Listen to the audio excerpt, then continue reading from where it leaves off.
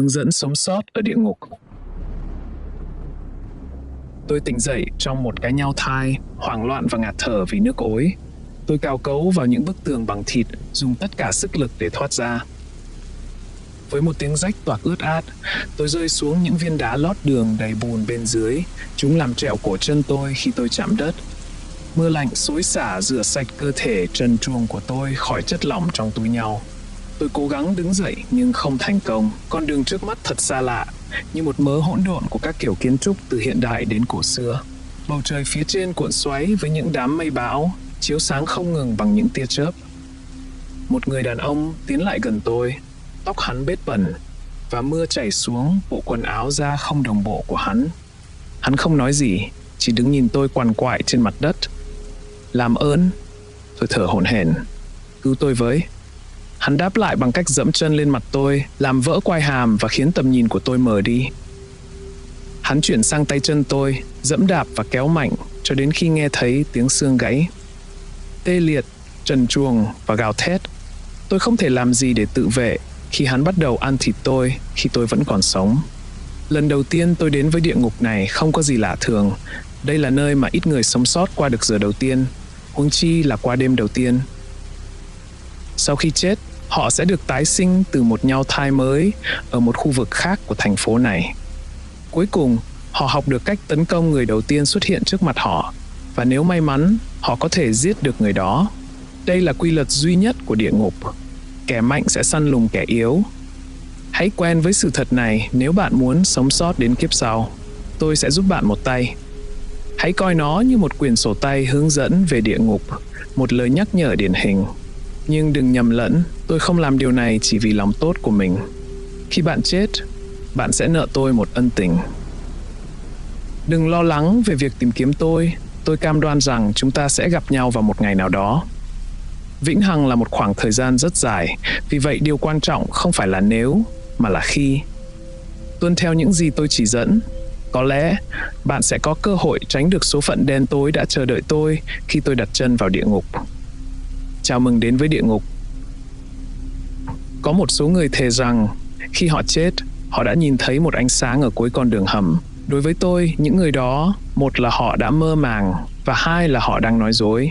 Hầu hết chúng ta chỉ đơn giản là tỉnh dậy trong một chiếc túi nhau vài phút sau khi chết. Các tòa nhà ở địa ngục đầy những chiếc túi này, những nốt mụn màu vàng nâu khủng khiếp nhô lên từ gạch. Như tôi đã nói, điều quan trọng nhất bạn cần làm là cào xé chúng để có thể ra ngoài và sẵn sàng chiến đấu. Đây là nơi mà thử thách thực sự bắt đầu, vì không phải ai cũng đủ mạnh để phá vỡ lớp thịt của nhau thai. Bạn sẽ có được một cơ thể mới giống như lúc bạn chết. Vậy, giả sử như nếu bạn sinh ra là người tàn tật, hoặc có thể bạn đã qua đời quá sớm hoặc quá già. Nó quả thật rất khó khăn đấy. Bạn sẽ phải trải qua vô số lần đau khổ, thân thể phải chịu cảnh ngập trong chất lỏng, lúc sinh lặp đi lặp lại không hồi kết. Nếu bạn đủ sức phá vỡ lớp nhau thai ra khỏi cơ thể mình, đừng lãng phí thời gian chỉ để ngồi bơ vơ và tự hỏi chuyện quái quỷ gì đã xảy ra. Hãy đứng lên và sẵn sàng bảo vệ bản thân mình. Khả năng cao là người đầu tiên nhìn thấy bạn sẽ thèm khát thịt của bạn. Vì không có thực vật hay động vật trong địa ngục, vậy nên nếu bạn không muốn chết đói và phải bắt đầu lại từ đầu, lựa chọn duy nhất của bạn là ăn thịt người. Hãy cố gắng giết người đầu tiên bạn gặp được. Có thể bạn sẽ mất vài lần để thử. Hầu hết các cư dân của địa ngục đã chiến đấu cho sự sống của họ còn lâu hơn bạn nhiều. Họ có thể mang trên mình giáp được làm từ da đã được xử lý, kim loại và xương nhặt được. Họ ắt hẳn sẽ có một con dao nhọn, gậy hoặc rìu. Tất cả những thứ đó sẽ hữu ích cho bạn nếu bạn có thể chiếm đoạt được vũ khí từ họ. Bước tiếp theo là tìm một nơi trú ẩn. Trong địa ngục, mưa không bao giờ ngừng, và nếu bạn không may bị viêm phổi, đó là một cách chết rất tồi tệ. May mắn thay, bạn sẽ có khá nhiều tòa nhà để chọn lựa. Bạn có muốn sống trong một biệt thự Victoria xưa cũ với nửa mái và không có đồ đạc, hay một cái lều bằng gạch sét cổ xưa của Ai Cập? Nếu có ai đó đã xây dựng nó, bạn có thể tìm thấy một phiên bản đổ nát của nó ở địa ngục. Chọn một tòa nhà, giết hết tất cả những kẻ xâm nhập mà bạn tìm thấy và chuyển vào đó. Những ngôi nhà tốt nhất là những căn có dự trữ kim loại, phế liệu và gỗ. Không chỉ là nguyên liệu làm vũ khí, chúng còn là thứ rất quan trọng để lấy nước uống. Tôi đã học được bằng một cách khó khăn rằng nước mưa của địa ngục chứa đầy bệnh tật. Nước mưa này phải đun sôi trước khi uống mới an toàn. Vì vậy, việc châm lửa và làm một cái bát là điều cần thiết. Vậy là chúng ta đã giết người đầu tiên và tìm được một nơi ở. Mọi việc đang diễn ra một cách tốt đẹp. Nếu bạn làm được điều đó, bạn sẽ muốn giữ nó mãi mãi. Nhưng bạn không thể.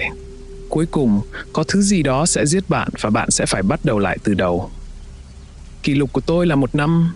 Nếu bạn muốn phá kỷ lục đó, bạn sẽ cần hiểu rõ về địa ngục và những kẻ đang cư ngụ ở đó. Những kẻ bị nguyền rủa. Cư dân của địa ngục có thể được chia thành 2 nhóm. Nhóm đầu tiên là những tiểu thịt tươi, những người vừa mới thoát ra từ túi nhau. Với bọn họ, luôn luôn là quy tắc giết hoặc bị giết. Những người mới sinh ra luôn muốn quần áo và dụng cụ, họ sẵn sàng giết người để có được chúng. Nhóm thứ hai, những cư dân, họ coi nhóm thịt tươi như một nguồn thực phẩm nhanh chóng, dễ dàng cung cấp da và xương. Những cư dân ở đó có cuộc sống dễ dàng hơn và tất cả đều sẵn sàng chiến đấu để có thể giữ được tư cách cư dân càng lâu càng tốt. Tuy nhiên, bạn đừng nhầm lẫn, các cư dân cũng đối xử với nhau như những con mồi, giống như lúc họ săn lùng những kẻ mới sinh ra. Giả sử, nếu bạn là phụ nữ, bạn cần phải sớm vượt ra mối lo lắng về việc bị xâm hại. Phụ nữ bị xâm hại nhiều hơn nam giới ở địa ngục và đó là một sự thật không thể chối cãi. Nếu bạn không phải người có thể tái tạo lại cơ thể hoặc là nữ chiến binh, hãy hành động một cách thông minh và bán thân để bảo vệ chính mình. Sự tự tôn không thể giữ được mạng sống của bạn. Bạn có còn nhớ đến việc bạn sẽ có lại thân thể của mình như trước khi chết không? Điều đó chính là cốt lõi của địa ngục. Sự thật là, xuyên suốt lịch sử, phần lớn những người chết trong trận chiến đều là đàn ông. Điều đó có nghĩa là, ở địa ngục, có rất nhiều người đàn ông với cơ thể trẻ trung, khỏe mạnh, sẵn sàng cho những trận chiến. Bạn không thích à? Vậy thì đành chịu thôi. Họ là những người nắm quyền. Nếu bạn không thể đánh bại họ, thì tốt nhất hãy làm theo những gì họ nói. Nếu bạn sống đủ lâu và có khả năng chiến đấu, bạn có thể được mời vào một trong các nhóm các cư dân ở nơi này. Đây là những nhóm người được tập hợp lại với nhau để giúp bạn có cảm giác an toàn hơn do số đông. Tin tôi đi, nếu bạn là một phần của hội nhóm, mọi thứ ở địa ngục sẽ trở nên dễ dàng hơn rất nhiều. Tuy nhiên, hãy nhớ rằng, khi bạn còn là cư dân thì bạn mới là thành viên của những hội nhóm kia. Nếu bị giết, bạn sẽ lại trở thành tiểu thịt tươi, đúng nghĩa đen đấy. Các hội nhóm là thứ gần giống nhất với xã hội văn minh mà bạn có thể tìm thấy ở địa ngục. Nếu bạn là thành viên của một hội nhóm nào đó, bạn sẽ có người đứng về phía mình. Những người đó có lẽ sẽ không giết bạn trừ khi tình hình trở nên quá tồi tệ. Nghe có vẻ không ổn mấy, nhưng đó là điều tốt nhất mà bạn có thể hy vọng ở nơi đây. Tôi có thể sống sót ròng rã 1 năm trời là nhờ vào việc gia nhập một hội nhóm. Cuộc sống khá tốt đẹp trong một khoảng thời gian. Chúng tôi có khoảng 50 chiến binh và các cô gái đủ để thỏa mãn. Không ai có thể chạm đến chúng tôi. Và những người đàn ông ở đây đều tuân theo nguyên tắc về đạo đức. Vì vậy, nỗi sợ bị đâm sau lưng bởi những người xung quanh mình không phải là vấn đề quá lớn. Tôi có thể đã dành cả một quãng đời còn lại của bản thân trong sự thoải mái tuyệt vời này. Nhưng địa ngục luôn có cách để phá hủy những điều tốt đẹp đang chờ đón tôi. Thức ăn gồm thịt người và nước mưa được đun sôi thì không thể nào gọi là chế độ ăn uống hợp lý được. Sớm muộn gì, ngay cả những cư dân mạnh nhất cũng sẽ chết vì suy dinh dưỡng. Tôi đã may mắn sống sót được 1 năm trên đó, mặc dù những tháng ngày cuối cùng là một cảm giác đau đớn. Nếu tôi tin vào Thiên Chúa, tôi sẽ thề rằng Ngài đã thiết kế địa ngục như vậy để không ai có thể giữ vững vị thế dẫn đầu trong một chuỗi thức ăn lâu dài. Thành phố và hoang mạc. Hầu hết những kẻ bị nguyền rủa đều sống tại Dis, thành phố của địa ngục. Đó là nơi sinh ra những miếng thịt tươi mới và khi xét đến quy mô của nơi này, cùng với tuổi thọ khá ngắn, rất nhiều người sẽ dành cả đời ở Dis mà không bao giờ bước chân ra khỏi nơi đây. Hãy nghe lời khuyên của tôi, đừng bao giờ rời khỏi thành phố. Đường phố ở đây khắc nghiệt, đúng vậy, nhưng tin tôi đi, mọi chuyện sẽ trở nên tồi tệ hơn rất nhiều nếu bạn cố gắng rời khỏi nơi này. Dis được bao quanh bởi một vùng hoang mạc, được gọi là Gehenna. Nhìn qua lần đầu, Nó không có gì đặc biệt, chỉ là một bề mặt màu xám khá trống trải kéo dài vô tận. Đôi khi những kẻ bị nguyền rủa mất đi sự nhiệt huyết cùng với ý chí sống sót, và rồi họ lạc vào Gehenna. Hầu hết những ai đã đi đến đó thì sẽ không bao giờ trở về. Tôi đã từng đi qua đó một lần, cách đây rất lâu rồi. Tôi không quan tâm bạn nghĩ mình mạnh mẽ đến mức nào, nhưng khi bạn ở trong địa ngục đủ lâu, nó sẽ bắt đầu làm bạn gục ngã. Tôi không muốn ngồi đây và tự cho rằng mình là người tốt và đáng lẽ không nên bị như thế này. Không ai có thể nói vậy mà không phải là kẻ nói dối. Tôi không xấu xa, hoặc ít nhất là trước khi tôi đến địa ngục. Bạn giết người, hiếp dâm và tra tấn vì bạn biết rằng họ sẽ làm vậy với bạn. Bạn bị giết, bị hiếp dâm và bị tra tấn vì họ biết rằng bạn sẽ làm vậy với họ. Nếu mọi việc kéo dài đủ lâu, bạn sẽ không muốn đối mặt với nó nữa. Và đó là lúc mà bạn đi vào Gehenna. Những dặm đầu tiên tôi đi không có gì đặc biệt mấy. Sau một khoảng thời gian, mưa ngừng và lớp bùn dưới chân tôi dần nhường chỗ cho những mảng tro màu xám. Tôi chợt nhìn thấy bầu trời địa ngục vượt qua những đám mây. Đó là một bầu trời xám phẳng với mặt trời màu trắng, hoàn toàn thiếu đi vẻ đẹp và sự ấm áp trước đó. Tôi tiếp tục đi với bước chân chậm chạp.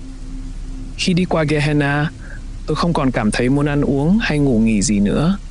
Cơ thể tôi bắt đầu suy yếu, nhưng tôi không còn quan tâm mấy. Ngay cả khi da tôi bong tróc và xương của tôi dần lộ ra, tôi vẫn không để ý. Mỗi khi đi xa hơn, tâm trí, cơ thể và linh hồn của tôi càng trở nên trống rỗng. Tôi không biết điều gì sẽ xảy ra nếu tôi tiếp tục đi. Thành thật mà nói, tôi không muốn biết chút nào. Một phần trong thâm tâm tôi vẫn muốn sống, vì vậy tôi quay đầu lại. Tôi đã đi bộ suốt nhiều ngày, có lẽ là cả tuần. Nhưng khi quay lại, Is chỉ cách tôi khoảng vài bước chân mà thôi. Tôi quay trở lại thành phố và cơ thể tôi cuối cùng cũng đã tan rã. Khi tôi thoát khỏi cái túi nhao quái quỷ kia, tôi thề sẽ không bao giờ bước chân vào Gehenna một lần nào nữa. Thoát khỏi địa ngục. Có rất nhiều cách để rời khỏi địa ngục. Điều đó rất rõ ràng. Nếu không tôi sẽ không nói chuyện với bạn, đúng chứ? Đôi khi những người còn sống đều nghĩ rằng họ muốn nói chuyện với những người đã mất. Họ dùng các tinh thể, nhang và bàn cầu cơ, hy vọng bản thân có thể tiếp xúc với những người thân yêu của họ.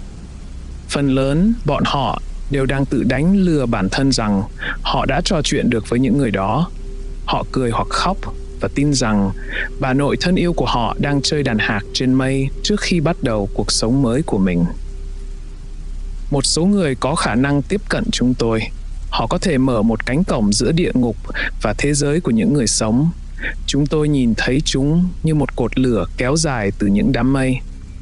Ngay khi một trong những cột lửa đó xuất hiện, những kẻ bị nguyền rủa đều tranh nhau để có thể là người đầu tiên tiếp cận nó. Bạn chưa thấy bản chất thật của con người cho đến khi bạn nhìn thấy hàng ngàn kẻ bị nguyền rủa xô đẩy, cào cấu, cắn xé nhau và đấm đá nhau, chỉ để bản thân có thể trở thành người duy nhất thoát ra. Liên lạc với những người đã chết luôn luôn dẫn đến một cuộc tàn sát đẫm máu. Ngay cả những hội nhóm lịch sự nhất cũng tan rã ngay lập tức khi bọn họ nhận ra chỉ có một người có thể rời khỏi nơi này. Tôi đã rời khỏi địa ngục 2 lần, để lại thân xác của chính mình cưỡi cột lửa đó và lẻn vào những đám mây. Một số người tin rằng bạn có thể đã bị quỷ ám. Hãy để tôi nói cho bạn biết điều này. Quỷ không có thật. Những gì mà người sống nhìn thấy thật ra chỉ là sự chiếm đoạt của một trong những kẻ bị nguyền rủa đang thử nghiệm cơ thể mới của họ. Hãy cố gắng để đối mặt với một sự thật rằng nếu bạn đã chiến đấu ở địa ngục để trở lại thế giới của con người, bạn sẽ không thể giữ được những hành vi tốt đẹp trong thời gian dài. Sớm muộn gì, chúng ta cũng sẽ đi quá xa. Chủ nhân của cơ thể này có thể đã chết và gia đình họ sẽ tìm kiếm một pháp sư trừ tà. Sau đó chúng ta lại xuất hiện trong cái túi nhau thai và trở lại đường phố. Tôi phải đi rồi. Khi bạn đến địa ngục, hãy nhớ kỹ lời khuyên của tôi và bạn nợ tôi một ơn huệ. Có lẽ chúng ta có thể thành lập một hội nhóm vào một ngày nào đó chăng? Nhưng trong lúc này, tôi muốn xem cơ thể mới của mình có thể làm gì.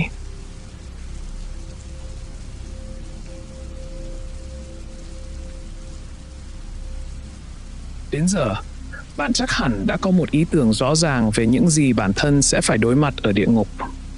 Bạn biết rằng sau khi thoát khỏi túi nhau thai, bạn phải giết người đầu tiên mà mình gặp. Bạn cũng biết cách tìm quần áo, công cụ và chỗ ở. Bạn hiểu rằng dù mình có làm gì đi chăng nữa, làm tốt đến đâu, một ngày nào đó bạn vẫn sẽ trở lại là một miếng thịt tươi. Zis là thành phố lớn nhất mà bạn có thể tưởng tượng. Các hội nhóm ở đây chiến đấu và chết vì lãnh thổ. Do đó, nếu bạn đi sai một bước, thứ tiếp theo chờ đợi bạn có lẽ là một bản án tử hình. Rồi bạn sẽ dần cảm nhận được nơi nào nên đến, nơi nào không nên đến, và tích lũy được sự khôn khéo cần thiết để có thể sống sót lâu hơn một ngày. Dù vậy, vẫn có những nơi ở Dis mà bạn cần biết. Hãy cùng thực hiện một chuyến tham quan ở địa ngục. Có lẽ, những lời cảnh báo trước này sẽ có ích cho bạn. Phố Da Người. Hãy để tôi kể cho bạn nghe về lần đầu tiên tôi nhìn thấy phố Da Người. Tôi rơi ra từ túi nhau thai xuống đường, đứng dậy và sẵn sàng chiến đấu ngay lập tức. Nhưng không có ai ở đó cả. Không một bóng người nào trên con đường dài vô tận kéo dài hai phía.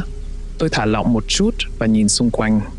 Hầu hết các con phố ở Dis đều là một mê cung đầy phức tạp của các tòa nhà. Trong suốt thời gian lưu lại địa ngục, bạn luôn cảm thấy lo lắng rằng chỉ cần ở quanh góc đường thì sẽ luôn có người sẵn sàng tấn công bạn. Nhưng phố Da Người lại không giống vậy. Đó là một con đường thẳng lớn, chỉ có mưa và bóng tối làm giảm tầm nhìn. Tôi cảm thấy mình dễ bị tổn thương ở đó hơn bất kỳ nơi nào khác ở Dis. Bạn đã từng bước vào một không gian rộng, trống trải và đột nhiên bản thân không thể giấu được gì nữa chưa? Đúng vậy, hình dung thêm là bạn còn trần truồng, không có vũ khí và bản thân đang ở trong địa ngục. Dù vậy, tôi biết mình phải làm gì. Bước đầu tiên là tìm quần áo. Đó là khi tôi biết được phố Da Người tại sao lại được đặt tên như vậy. Mỗi tòa nhà, mỗi cột đèn đường hỏng và đèn bão đều được trang trí bằng da người bị lột da. Cho tới lúc đó, tôi đã ở trong địa ngục đủ lâu để không quá hoảng sợ, nhưng tôi vẫn phải thừa nhận rằng nó đã ảnh hưởng đến tôi. Một cách khó hiểu, nó làm tôi nhớ đến Giáng sinh. Bạn biết chứ, mọi người treo vòng hoa và đèn trên trần nhà của họ, đại loại là những thứ tương tự vậy. Tôi nhớ lại thời gian đã qua với gia đình, với những đứa trẻ vào buổi sáng lễ Giáng sinh. Cảm xúc như vậy cũng có thể giết chết bạn. Tôi ném chúng xuống và lấy những mảnh vải từ một tòa nhà gần nhất. Nếu có ai đó để lại một số vật liệu làm quần áo một cách bừa bãi, tôi cũng có thể lấy mà, đúng không? Lúc đó, tôi không biết rằng mỗi bước đi của tôi trên phố Da Người đều bị theo dõi. Khi có người tấn công, tôi thậm chí không nhìn thấy hắn nữa chứ. Bốp! Sọ tôi bị vỡ nát bởi một cú đánh chính xác từ cây gậy. Hắn nhắm ngay vào mắt tôi khi tôi ngã xuống sàn. Sau đó, hắn đâm ngón tay vào hốc mắt của tôi. Tôi bị mù và bắt đầu khóc như một đứa trẻ khi hắn bắt đầu lột da tôi. Có điều, một số người thậm chí còn tồi tệ hơn cả những tiêu chuẩn thấp nhất của địa ngục. Những kẻ cô độc, sát nhân hàng loạt, những kẻ biến thái, thích theo dõi người khác và những tên tâm thần cuối cùng đều tụ về phố Da Người. Hầu hết những kẻ bị nguyền rủa sẽ sử dụng toàn bộ cơ thể của nạn nhân làm thức ăn, nhưng những kẻ ở phố Da Người lại thích lấy chúng làm chiến lợi phẩm cho bản thân. Chúng để những món đồ trang trí của mình làm mồi nhử cho những kẻ ngây thơ, rồi ẩn nấp trong bóng tối và chờ đợi thời cơ thích hợp để phục kích người đó. Nếu bạn thấy mình đang ở phố Da Người, bạn phải suy nghĩ thật nhanh. Quên chuyện tìm quần áo đi, hãy nhặt ngay một hòn đá, mảnh gỗ hoặc bất cứ thứ gì có thể dùng làm vũ khí. Tránh xa những chỗ tối, luôn cẩn thận kiểm tra phía sau và rời khỏi đó càng nhanh càng tốt. Trang trại Perdition ở địa ngục, bạn sẽ bị truy đuổi. Điều đó là việc không thể tránh khỏi. Sẽ có lúc bạn gặp một người nào đó có kích thước cơ thể lớn hơn mình hoặc bị áp đảo về số lượng. Hãy quên đi ý nghĩ về một trận đấu công bằng. Nếu ai đó có thể hạ gục bạn nhanh đến mức bạn chẳng kịp phản kháng, chắc chắn họ sẽ làm vậy. Khi bạn chạy trốn để giữ mạng sống, bạn sẽ rất dễ mất tập trung. Bạn có thể quên và không để ý xung quanh. Bạn tôi ơi, điều đó quả là một sai lầm rất lớn. Vùng ngoại ô của trang trại Perdition đầy dãy biển quảng cáo. Chúng hứa hẹn với bạn sẽ có thức ăn miễn phí và sự an toàn cho bất kỳ kẻ ngu ngốc nào dám tin vào điều đó. Những hội nhóm chiến đấu vì lãnh thổ này thích lùa gà từ những con đường khác nhau vào khu phức hợp công nghiệp nơi mà bọn họ gọi là nhà. Tin tốt là những hội nhóm đó sẽ không giết bạn. Tin xấu là họ rất thích bắt người sống. Họ có một dự án đã được thực hiện từ lâu lắm rồi. Tôi không thể nói cho bạn biết ai là người đầu tiên nghĩ rằng địa ngục nên có hệ thống sản xuất lương thực một cách có tổ chức. Tôi chỉ biết rằng ý tưởng đó đã tồn tại và qua nhiều năm, vô số hội nhóm đã tự nhận trách nhiệm biến giấc mơ đó thành hiện thực. Nếu bạn bị họ bắt, hãy chuẩn bị tinh thần cho việc bị buộc phải làm như một nô lệ. Hầu hết các hội nhóm ở trang trại Perdition cố gắng sử dụng những túi nhao thai như một nguồn cung cấp thực phẩm dồi dào. Họ ép nô lệ thu thập chúng từ các bức tường, nghiền nát chúng trong các bể công nghiệp, trộn chúng với máu, các bộ phận cơ thể, nước mưa và bất kỳ thứ gì khác có thể tạo ra một loại súp. Cuộc sống của một nô lệ rất ngắn ngủi, tàn nhẫn và đầy kinh tởm, đặc biệt là khi những người này lại được sử dụng như những thí nghiệm cho các pha chế mới nhất. Bạn biết không? Nước ối có thể uống nếu bạn cảm thấy tuyệt vọng, nhưng nếu uống quá nhiều chắc chắn sẽ làm bạn nôn mửa từ mọi lỗ trên cơ thể. Tuy vậy, thịt từ các túi ối thì lại là một vấn đề khác. Tôi không thể cho bạn biết chính xác những cái túi nhao thai là gì. Có vài người nói chúng là thịt thật, trong khi những người khác lại bảo rằng chúng giống như nấm. Những gì tôi biết là chúng sẽ tự tái tạo lại sau một thời gian. Nếu bạn ăn một thịt của chúng, thì trong vài ngày tới, bạn sẽ mọc ra một túi nhao thai bên trong cơ thể mình. Điều may mắn là bạn sẽ không sống đủ lâu để thấy nó xé nứt da thịt bạn. Chúng sẽ khiến bạn sẽ chết ngay sau khi dạ dày bạn nổ tung. Nếu may mắn, những ngày làm nô lệ của bạn sẽ kết thúc khi hội nhóm muốn thịt thật. Họ không ngu ngốc đến nỗi thử nghiệm các món súp của họ trên chính mình, trong khi địa ngục lại không thiếu nô lệ. Nghe này, tôi không thể buộc bạn phải tránh xa trang trại Perdition. Tôi chỉ có thể đưa ra một vài lời khuyên cho bạn. Theo quan điểm của tôi, nếu bạn cảm thấy mình bị đẩy vào đó, tốt nhất là nắm thứ gì đó đủ sắc bén và tự cắt cổ mình ngay lập tức. Tôi sẽ chọn làm một miếng thịt tươi hàng trăm lần còn hơn phải chịu đựng thêm một ngày trên cái trang trại chết tiệt đó. Bãi xương ngừng. Người chắc có lẽ bạn đang nghĩ, tôi là loại kẻ điên cuồng sẵn sàng gia nhập một giáo phái nào đó. Liệu có thứ gì đó tương tự vậy ở địa ngục dành cho tôi không? Nếu như bạn cảm thấy vậy, thì bãi xương người sẽ là nơi dành cho bạn. Bởi ở đó có một nhóm những kẻ mê tín thực sự đặc biệt thuộc về địa ngục. Tôi không nói đến những bà già nướng bánh để quyên góp tiền làm mái nhà thờ mới ở đây. Tôi nói đến những người sẵn sàng chiến đấu vì mệnh lệnh của Thiên Chúa. Những kẻ thiêu chết phụ nữ vì cho rằng họ liên quan đến ma quỷ và không coi đó là sai, cũng như những kẻ lợi dụng trẻ em. Khi những người đó đến địa ngục, họ quá ngốc để hiểu được những gì đã xảy ra. Tại sao phải đối diện với hiện thực khi có thể giả vờ rằng tất cả chỉ là một cuộc thử thách của đức tin?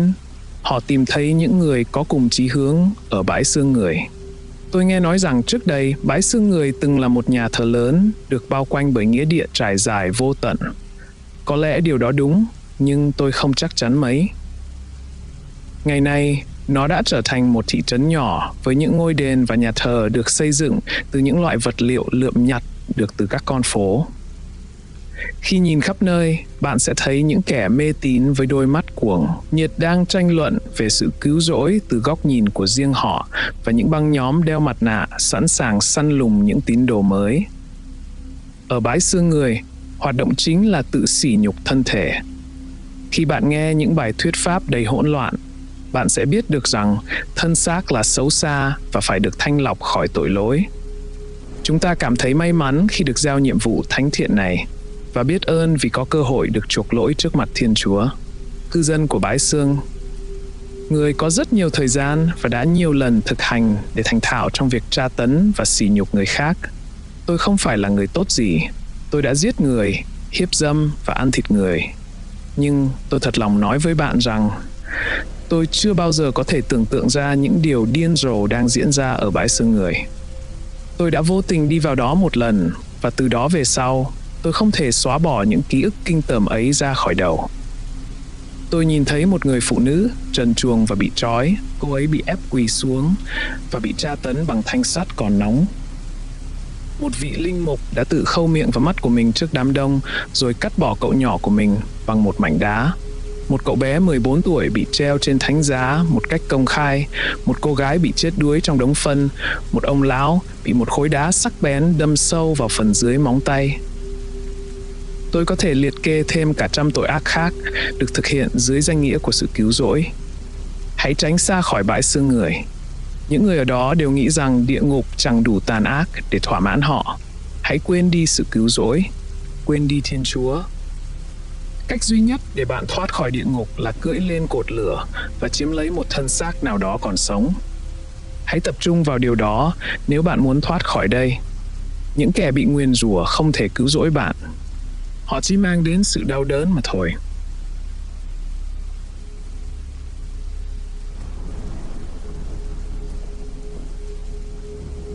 Tôi phải rời đi sớm thôi. Nếu tôi muốn tận hưởng cuộc sống trên mặt đất, tôi e rằng tôi sẽ phải rời khỏi thị trấn. Mặc dù tôi có rất nhiều thứ để giải trí, nhưng cơ thể này không phù hợp để đối đầu với cảnh sát. Chỉ là vấn đề thời gian, cho đến khi một người hàng xóm tọc mạch nào đó nghĩ đến việc gọi điện thoại cho cảnh sát. Với thời tiết ẩm ướt trong vài ngày qua, mẹ và bố đã phân hủy khá nhiều rồi. Đây là điều bạn phải hiểu. Địa ngục là một nơi rộng lớn. Tôi đã đưa ra cảnh báo công bằng cho bạn về một số địa điểm mà bản thân tôi đã từng đến, và điều đó sẽ phải xảy ra. Ngay cả khi tôi viết cả một thư viện tiểu thuyết chỉ dành riêng cho việc vạch ra các địa điểm khác nhau trong Dis, tôi vẫn không thể kể cho bạn mọi thứ về thành phố. Điều tôi có thể làm là cung cấp cho bạn một chút thông tin về một số kẻ bị nguyền rủa. Gã đồ tể. Hãy dành một chút thời gian để nghĩ về tất cả những người nổi tiếng mà bạn biết. Bạn nghĩ có bao nhiêu người trong số họ sẽ làm tốt ở Dis? Tôi cá là không nhiều lắm, hoặc chẳng có ai. Danh tiếng không có giá trị gì khi bạn đã chết. Rất ít người đủ mạnh, đủ tàn ác và đủ điên rồ để tạo dựng được danh tiếng ở địa ngục. Những người ít ỏi hội tụ đủ điều kiện sẽ là những người bạn không bao giờ muốn gặp. Gã đồ tể là một trong những truyền thuyết của địa ngục. Một người đàn ông to lớn, rậm râu, với hàm răng sắc nhọn, mắt đỏ ngầu và bọt sùi ra trên mép. Có tin đồn rằng vào ngày đầu tiên chui ra khỏi túi nhau thai, hắn xui xẻo đến mức đáp ngay xuống chân một đám người buôn nô lệ. Chà, những tên trong hội buôn nô lệ cười khúc khích và chuẩn bị sẵn dùi cui với roi da, quá vui mừng khi tóm được một ít thịt tươi. Bị áp đảo về số lượng gấp 12 lần, trần truồng, không có vũ khí và mới đến địa ngục, hầu hết mọi người sẽ không có cơ hội. Nếu bạn tin vào những câu chuyện, gã đồ tể đã trơ ra trước những chiếc dùi cui đang đập vào người và những chiếc roi cắt vào da thịt hắn, như thể chúng chỉ là vết côn trùng cắn. Hắn nhấc tên con buôn đầu tiên lên, đưa tay vào miệng gã và giật phăng hàm dưới của gã ra khỏi hộp sọ. Hắn lại quay sang một tên khác, rồi một tên khác nữa, xé chúng ra bằng tay, không cho đến khi những kẻ sống sót quay đầu bỏ chạy. Không ai biết chắc hắn là ai khi còn sống. Tuy nhiên, tôi đã nghe một số giả thuyết, phổ biến nhất là hắn chính là chiến binh cuồng chiến tại Stamford Bridge. Người ta đồn rằng một người Viking đơn độc đã một mình chống lại quân đội Anh. Không quan trọng rằng hắn không thể chiến thắng, rằng hắn bị áp đảo về số lượng, rằng kẻ thù của hắn có vũ khí và áo giáp tốt hơn. Hắn đã trụ vững trên cây cầu đó và chiến đấu. Đến khi bị hạ gục, hắn đã giết không dưới 40 người. Tôi không biết chuyện này thật đến mức nào. Tôi chưa bao giờ tận mắt nhìn thấy gã đồ tể, và tôi cũng chẳng muốn gặp hắn chút nào. Điều tôi có thể chắc chắn với bạn là người ta không thể tự nhiên mà trở thành huyền thoại ở địa ngục nếu không có lý do chính đáng. Tôi đoán rằng người duy nhất biết sự thật là chính gã đồ tể, và hắn không nói gì. Từ ngày hắn đến địa ngục, hắn chỉ nói một lần duy nhất. Những kẻ buôn nô lệ chạy trốn đã nghe thấy điều đó khi gã đồ tể tàn sát nhóm người của chúng. Trần truồng đẫm máu và bao quanh bởi xác chết, gã đồ tể ngước nhìn bầu trời giông bão và gầm lên một từ duy nhất: Valhalla. Đó sân địa ngục. Thế còn một câu chuyện nhỏ thì sao? Tôi không còn mới lạ với địa ngục. Tôi đã tự may cho mình một bộ quần áo và một cây gậy gỗ, tìm được nơi trú ẩn và có một tảng thịt lớn đang nướng trên lửa trại. Thứ duy nhất tôi không có là một hội nhóm. Khu vực tôi được sinh ra có vẻ tồi tàn ngay cả đối với Dis. Toàn những căn nhà sập nửa chừng và lều đất. Sắt thì khan hiếm, chỉ đủ để làm cho mình một cái bát nước. Nói chung, không phải là một nơi tốt cho một hội nhóm. Kế hoạch của tôi khá đơn giản. Tôi sẽ có một bữa ăn ngon, tự làm vài con dao phòng trường hợp mất gậy, sau đó tìm một chỗ tương đối khô ráo để ngủ. Sau đó tôi sẽ lên đường tìm kiếm một hội nhóm. Ngay cả những nghi lễ nhẹ nhàng nhất để tham gia vào một nhóm cũng có thể để lại vài vết sẹo và làm gãy mũi. Vì vậy, tôi muốn được nghỉ ngơi đầy đủ nhất có thể. Ngủ ở địa ngục vừa quan trọng, vừa nguy hiểm. Có một mẹo để tìm được nơi vừa an toàn, vừa kín đáo và có lối thoát hiểm. Ngay cả khi đó, bạn cũng không bao giờ có được hơn vài giờ mỗi lần chợp mắt. Ở địa ngục, tiếng động đáng ngờ nhỏ nhất cũng có thể khiến bạn sợ phát khiếp. Tiếng gầm gừ trầm thấp trong cổ họng chắc chắn được coi là tiếng động đáng ngờ. Tôi nhảy ra khỏi cái ổ bằng da và gỗ tạm bợ của mình, giơ gậy lên và gầm gừ đáp lại. Một người phụ nữ đã lẻn vào tòa nhà của tôi và nhìn chằm chằm vào tôi với đôi mắt mở to. Trông cô ta rất tệ, gầy gò, trần truồng và đầy những vết loét đang rỉ mù. Đôi môi cô ấy nhe ra để lộ những chiếc răng gãy và nhọn lởm chởm. Tôi chỉ mất 1 giây để đánh giá cô gái. Cô ta đã sống khổ sở trong vài ngày hoặc vài tuần. Nhìn từ xương sườn nhô ra và bụng căng phồng, cô ta đang trong quá trình chết đói. Vậy là cô ta yếu ớt, đói khát và thậm chí không có vũ khí. Tôi đã ăn rồi, tôi nói, thả lỏng một chút và vung cây gậy của mình vài lần để luyện tập. Nhưng cũng không có lý gì để lãng phí cô cả. Tôi bước một bước về phía cô ta và nhanh như chớp, cô ta quay ngoắt lại và phóng đi trong một dáng điệu kỳ lạ, giống như động vật. Tôi đuổi theo, chắc chắn rằng mình có thể vượt qua cô ta. Ngay cả khi trên người cô ả không có nhiều thịt, xương vẫn có thể dùng được. Tôi đuổi theo cô ả qua một vài con phố, cố gắng giữ thăng bằng trên mặt đất lầy lội. Khi cuối cùng tôi đến đủ gần để vung gậy, cô ta dừng lại. Sự bất ngờ đó làm tôi mất thăng bằng và tôi ngã xuống, làm rơi mất cây gậy. Con ả gào lên chiến thắng, âm thanh đó được vang lên đồng thanh bởi một tá giọng khác. Ngày hôm đó, tôi đã học được 2 điều về chó săn địa ngục, những con người mất trí và trở thành những con thú sau khi chịu đựng hàng thế kỷ ở địa ngục. Thứ nhất, chúng có bản năng động vật cần thiết để săn mồi theo bầy đàn. Thứ hai, răng và móng tay của con người hoàn toàn có khả năng xé thịt ra khỏi xương. Những bác sĩ phẫu thuật. Các bác sĩ hiện đại hiếm khi phát triển ở địa ngục. Học thuật và sự phụ thuộc vào công nghệ không giúp bạn có trạng thái tốt nhất để chịu đựng bạo lực và sự tàn bạo vô tận nơi đây. Tuy nhiên, vẫn có những ngoại lệ. Những người đã học cách chữa trị cho bạn bè của họ giữa làn đạn súng máy ở Somme, các pháp sư, thầy phù thủy và những thánh nhân đã chịu đựng nạn đói và chiến tranh.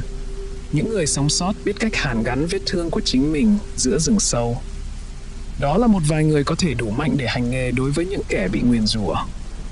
Suy cho cùng, kiến thức cơ bản về y học là một trong những thứ vượt quá tầm hiểu biết của nhiều kẻ ngu ngốc lang thang ở Dis. Hầu hết các bác sĩ phẫu thuật của địa ngục đều tìm thấy một hội nhóm ngay khi có thể. Công cụ của họ có thể thô sơ, nhưng họ sẽ sớm học được cách sử dụng. Đá lửa, đá phiến và mảnh thủy tinh dùng làm dao mổ. Họ tạo ra chỉ khâu từ tóc người và kim từ những mảnh sắt. Bất cứ khi nào một thành viên trong hội nhóm có vết loét bị nhiễm trùng, bác sĩ phẫu thuật sẽ là người tiến hành hút mủ. Có một bác sĩ phẫu thuật trong nhóm có thể cứu mạng bạn, nhưng họ sẽ làm điều đó mà không cần gây mê. Rồi có những bác sĩ phẫu thuật tự do, những người cố gắng làm một mình. Họ tự làm cho mình một bộ đồng phục. Lý thuyết là những kẻ bị nguyền rủa sẽ nhận ra họ nếu tất cả đều giống nhau. Nó không thực sự hiệu quả, nhưng bạn không thể mong đợi gì nhiều vào logic của những người còn không đếm được họ đã chết bao nhiêu lần. Có một điều chắc chắn là xu hướng thời trang thay đổi theo thời gian. Tôi được biết rằng những bác sĩ tự do từng đội mũ lông và vòng cổ xương. Xu hướng hiện tại là bắt chước các bác sĩ bệnh dịch hạch ở Venice bằng cách đeo mặt nạ mỏ chim và mặc một chiếc áo khoác dài bằng da bị cháy đen. Những bác sĩ phẫu thuật tự do rất hiếm, thực sự rất hiếm. Khả năng để bạn gặp được một bác sĩ phẫu thuật trong số những kẻ bị nguyền rủa có thể lên đến 1 trên 1.000. Khi bạn gặp một người, hãy cẩn thận. Trước hết, các bác sĩ phẫu thuật không được hưởng đặc quyền miễn phí ở địa ngục. Những kẻ bị nguyền rủa có nhiều khả năng tấn công một bác sĩ tự do hơn là trao đổi công cụ, quần áo hoặc nô lệ để đổi lấy dịch vụ của anh ta. Bạn không thể chắc chắn liệu người đàn ông đeo mặt nạ chim và mặc áo khoác đen có thực sự là một bác sĩ phẫu thuật hay là một kẻ đã giết bác sĩ phẫu thuật để cướp lấy quần áo của anh ta. Có lẽ họ tự làm ra trang phục để thu hút những người yếu đuối và bị thương đến gần. Quảng cáo không phải lúc nào cũng hiệu quả như mong đợi ở DIS. Nếu bạn gặp được một bác sĩ phẫu thuật tự do chân chính, thì đó vẫn không phải là cái cớ để bạn mất cảnh giác. Những bác sĩ phẫu thuật tự do thường không phải là những người ổn định nhất. Nói cách khác, những người này thường là những kẻ tâm thần thích tra tấn. Chắc chắn họ có thể khâu bạn lại và để bạn đi. Nhưng họ cũng có thể quyết định sẽ thú vị hơn nếu khâu bạn với ai đó khác.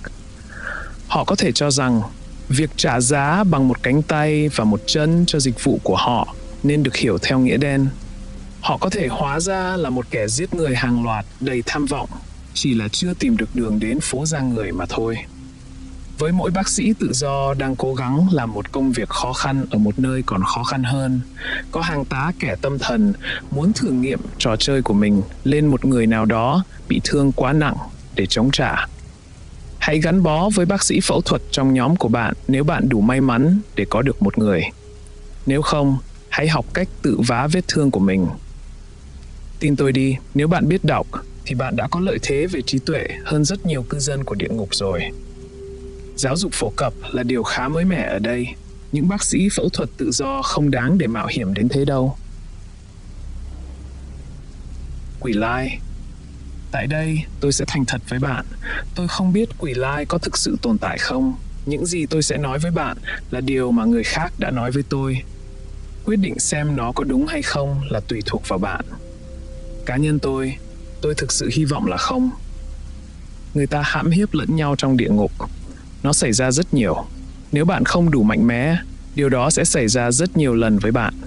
Tin tốt cho các quý cô ngoài kia là những kẻ bị nguyền rủa sẽ không thể khiến bạn mang thai.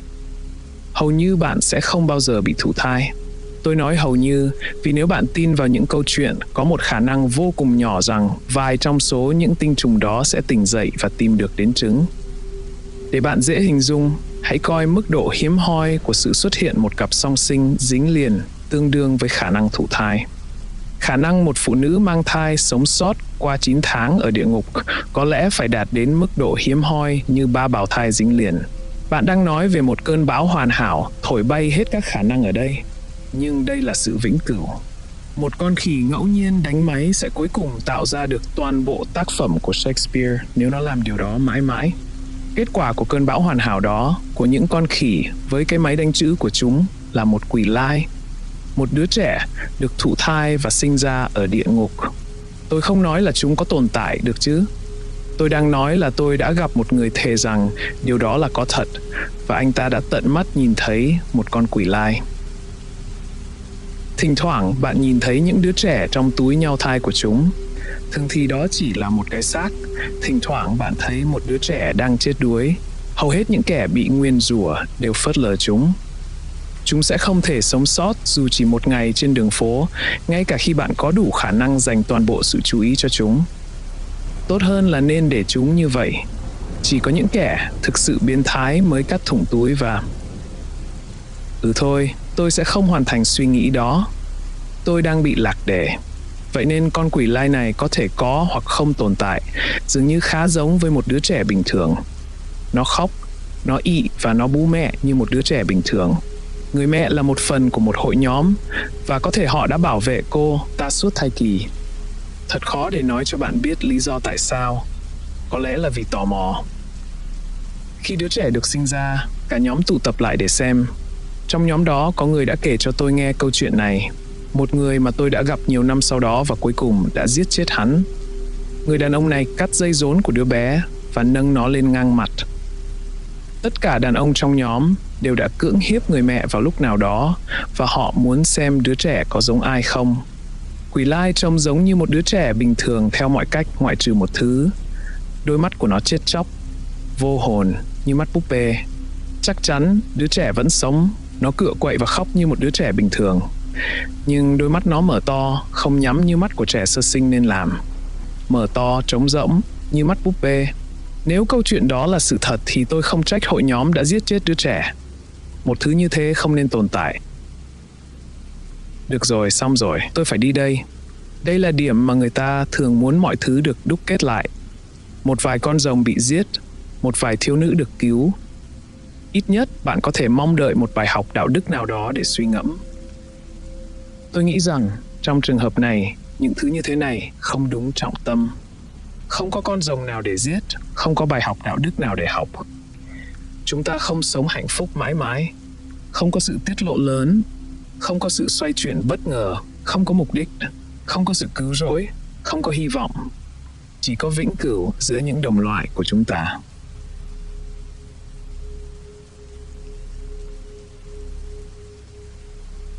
Cái thân xác cuối cùng mà tôi chiếm hữu ở thế giới sống này thật không dễ điều khiển theo ý muốn. Đôi khi thật khó để nhớ rằng những bài học ở địa ngục không phù hợp với thế giới văn minh. Khi giết chóc chỉ là một chuyện bình thường trong cuộc sống, bạn sẽ có xu hướng tiếp tục thuận tay mà làm việc đó. Chết hoặc bị trừng phạt và phải trở lại Dis là lẽ tất yếu. Có thể nói lần gần nhất đến đây, tôi có chút choáng ngợp. Sau lần nếm trải cảm giác tự do cuối cùng, tôi biết mình phải thoát khỏi Dis. Kể từ khi phí hoài vật chủ cuối cùng của mình, sự tồn tại này của tôi chỉ dùng để dồn toàn lực cho việc chiến đấu giành cơ hội trở lại cột lửa. Tôi phải thoát khỏi Dis. Sau những gì tôi đã chứng kiến, tôi phải trốn thoát. Thân xác mới này có vẻ bền bỉ hơn một chút so với thân xác trước. Giờ tôi đã trở lại rồi đây, chúng ta có nên làm thêm một chuyến vào địa ngục nữa không nhỉ? Đầm lầy Phlegethon, địa ngục đang mưa. Cơn mưa quỷ quái cứ tuôn ào ào và lượng nước đó hẳn phải chảy đi đâu đó. Phần lớn nước chảy vào Gehenna, nơi nó chìm vào tro bụi của thế giới bên kia và dường như biến mất. Phần còn lại chảy vào hệ thống cống rãnh bên dưới thành phố hoặc tích tụ ở đầm lầy Phlegethon. Nhớ việc uống nước mưa chưa nấu ở địa ngục thì khủng khiếp cỡ nào rồi chứ? Chà, nước của Phlegethon sẽ giết chết bạn, cho dù bạn có làm gì với nó đi nữa. Ngay cả việc để những thứ đó chạm vào da cũng có thể gây chết người.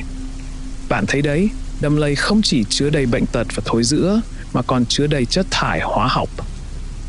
Một bể có thể chỉ đơn giản là không uống được, nhưng một bể khác lại có thể hòa tan xác thịt của bạn. Nếu bạn đủ điên rồ để đi tới Phlegethon, hoặc không may mắn được sinh ra ở đó, khả năng sống sót của bạn rất mong manh. Nước ở Phlegethon có màu đen như mực và không thể biết được độ sâu của hồ khi chỉ nhìn bằng mắt. Nó có thể là 1 inch hoặc có thể là 1 dặm. Bạn không bao giờ biết liệu bước chân tiếp theo của bạn có đẩy bạn xuống vực thẳm tuyệt vọng hay không. Tệ hơn nữa, có những nơi cống thoát nước tạo ra những cơn lốc vô hình có khả năng kéo tuột cả những kẻ đọa đài khỏe mạnh nhất. Để di chuyển trong đầm lầy, tốt hơn hết, bạn nên sử dụng những tòa nhà đổ nát làm đá lót đường. Nước ăn mòn khiến các giá đỡ bằng gỗ mục rữa và sụp đổ, nên có rất nhiều mảnh vụn nằm xung quanh. Dù vậy, nếu không chậm rãi và giữ thăng bằng, bạn rất dễ bị trượt chân và phải chịu cái chết đau đớn. Cuối cùng, nhưng không kém phần quan trọng, là cháy rừng. Đây là lý do mà ngay cả những hội nhóm điên rồ nhất cũng không có ý định xây dựng một thành trì bền vững ở đầm lầy Phlegethon. Tất cả chất thải hóa học và vật chất phân hủy đó khiến vùng đầm lầy trở nên cực kỳ dễ bốc hơi. Một tia sét hoặc sự tích tụ khí có thể gây ra vụ nổ lớn, làm bốc cháy bề mặt Phlegethon trong vòng bán kính hàng dặm quanh nó. Đám cháy lan ra khắp khu rừng rất nhanh. Tôi dám chắc rằng bạn sẽ không vượt qua nổi chúng đâu. Cocytus. Lần đầu tiên nhìn thấy Cocytus, việc bạn nghĩ rằng mình đã chạm tới cực hạn của Dis cũng là dễ hiểu. Hố rộng hàng chục dặm và chiều sâu thì còn gấp nhiều lần hơn. Ở một thời điểm nào đó trong quá khứ, xa xôi và mờ mịt, một liên minh mong manh giữa các hội nhóm đã bắt nô lệ của họ đi đào hầm. Lý do cho việc làm này đã bị lãng quên qua thời gian, nhưng nhiều người tin rằng đó là một nỗ lực để thoát khỏi Dis. Có lẽ những hội nhóm đó hy vọng rằng nếu họ đào đủ xa, cuối cùng họ sẽ tìm được đường hầm thoát khỏi địa ngục. Theo quan điểm của tôi, câu trả lời khả dĩ hơn là các nhóm đang tìm kiếm nguồn tài nguyên. Nếu đúng như vậy thì cuộc khai quật đã thành công. Hàng dặm bên dưới các lớp đất đá có những hang động chứa đầy các quặng sắt và đồng. Ở sâu dưới lòng đất, tránh xa khỏi cơn mưa triền miên, việc đốt lửa đủ nóng để nung chảy quặng trở nên dễ dàng hơn nhiều. Hiển nhiên là các hội nhóm không thể bỏ qua được một vị trí đắc địa như thế, Liên minh giữa họ cũng sớm cho thấy nó mỏng manh dễ vỡ như thế nào. Sau một đợt tạo phản chóng vánh nhưng cực kỳ dã man, người Cocytus bản địa gần như đã bị tiêu diệt. Kể từ đó, cái hố đã được định cư và khai thác vô số lần. Các nỗ lực phối hợp từ nhiều hội nhóm đã biến mỏ đá thành vực thẳm. Cho đến nay, những liên minh này vẫn luôn tan vỡ dù sớm hay muộn. Cocytus có nhiều lối xuống vực sâu và càng đi xuống, hố càng trở nên giống như một mê cung. Những hang động rộng lớn bao phủ toàn bộ thị trấn tồi tàn và các cơ sở luyện kim thô. Một số bị bỏ hoang, một số khác bị sập, nhưng vẫn còn rất nhiều hội nhóm chiến đấu, hợp lực và phản bội nhau vì những mạch quặng quý giá này. Đến thời điểm này, bạn phải đi khá sâu để tìm ra mạch quặng chưa được khai thác, và đây là lúc Cocytus trở nên thực sự nguy hiểm. Bất cứ ai nghĩ rằng họ có thể đào hầm ra khỏi địa ngục sẽ vô cùng thất vọng khi biết được những gì nằm sâu trong đó. Trong ngần ấy năm, sau khi đào nhiều dặm, không một người nào gặp được cánh cổng thần kỳ nào đó dẫn ra khỏi Dis. Và cũng nhờ thế mà họ chưa gặp phải magma. Thay vào đó, càng đi xuống sâu, Cocytus càng trở nên lạnh giá hơn. Bản thân tôi chưa bao giờ chạm tới đáy. Tôi được biết ở dưới đó, không khí lạnh đến mức có thể làm đông cứng máu và xé toạc da bạn. Có lẽ là thật. Chuyện đó hẳn là có cơ sở. Trong những dịp hiếm hoi đến Cocytus, tôi luôn phải quay lại khi thấy những lớp băng trên tường bắt đầu chiếm ưu thế hơn là các lớp đá và những lối đi hẹp trở thành cái bẫy chết chóc. Nếu bạn có đủ nguồn lực để làm điều đó, thì Cocytus vẫn là một nơi đáng sống. Chỉ cần nhớ rằng khi cái đói, cái lạnh và lòng tham luôn thường trực thì không có đứa khốn nào đáng tin cả. Phù thủy da trắng. Tôi đã kể cho bạn về gã đồ tể trước đây, nhưng địa ngục còn có những nhân vật huyền thoại khác.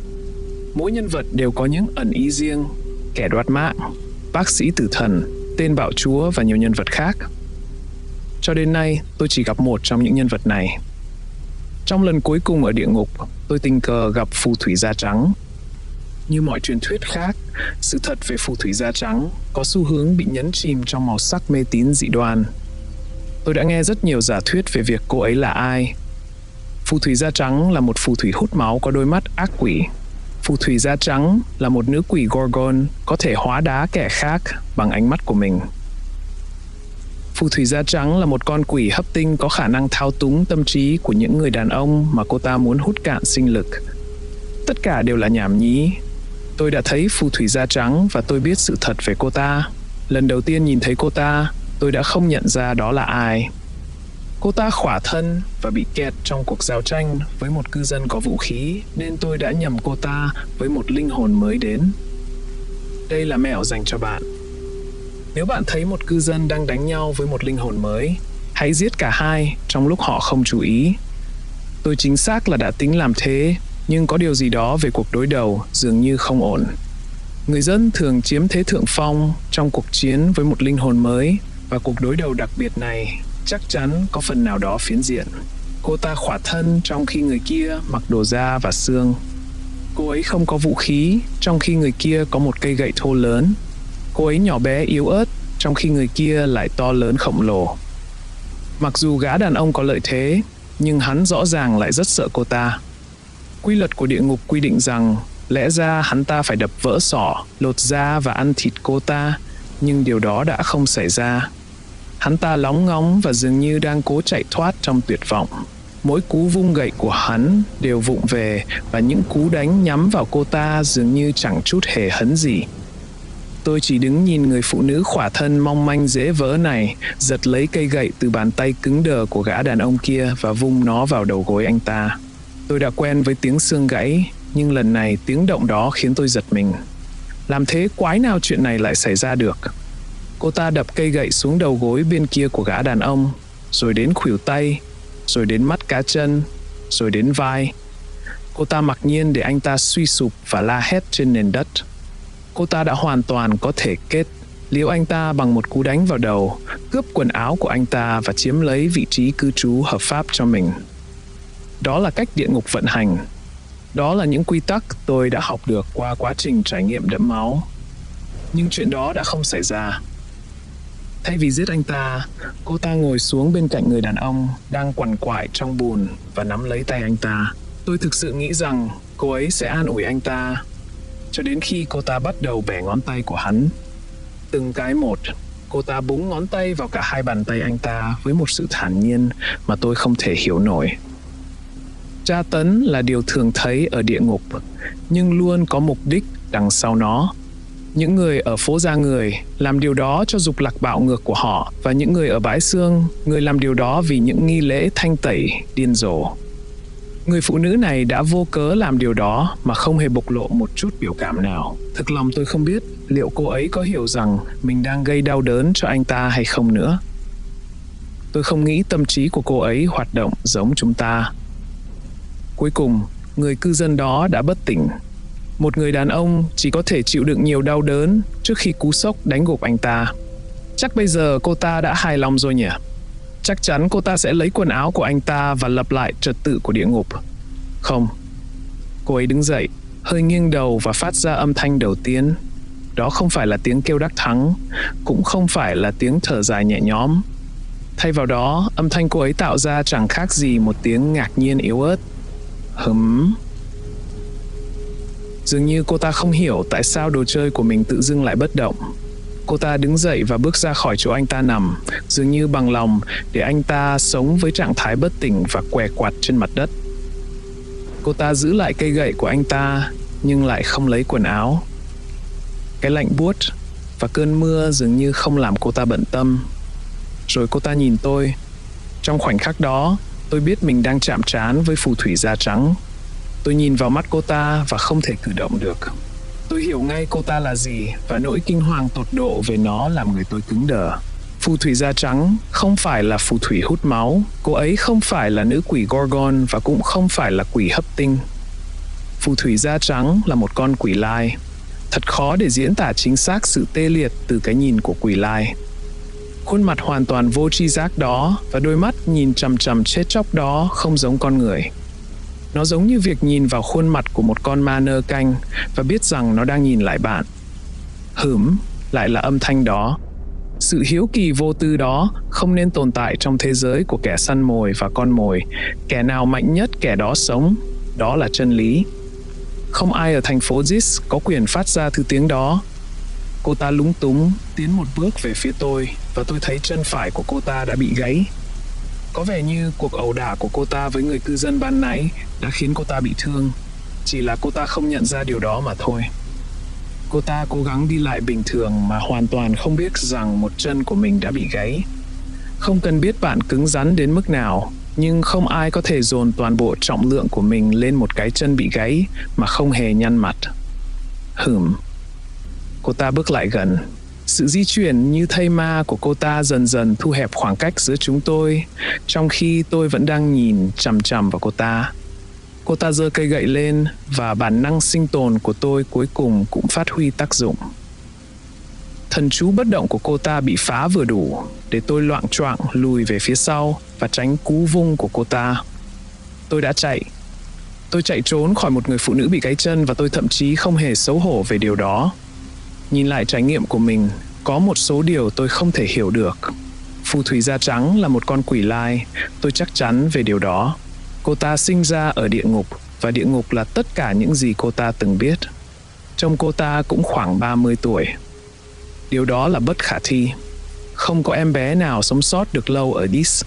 Ngay cả khi nó có một hội nhóm bảo vệ thì cũng không có đủ dinh dưỡng để một đứa trẻ sơ sinh lớn lên thành một đứa trẻ chập chững, chứ đừng nói đến một người trưởng thành. Phù thủy da trắng là một sự phi lý biết đi. Sự tồn tại của cô ta là thách thức cho mọi cái đầu lý trí. Tôi chấp nhận chịu đựng mọi sự tra tấn mà người dân phố Da Người và bãi xương người có thể nghĩ ra nếu tôi không bao giờ phải nhìn vào mắt cô ta một lần nào nữa.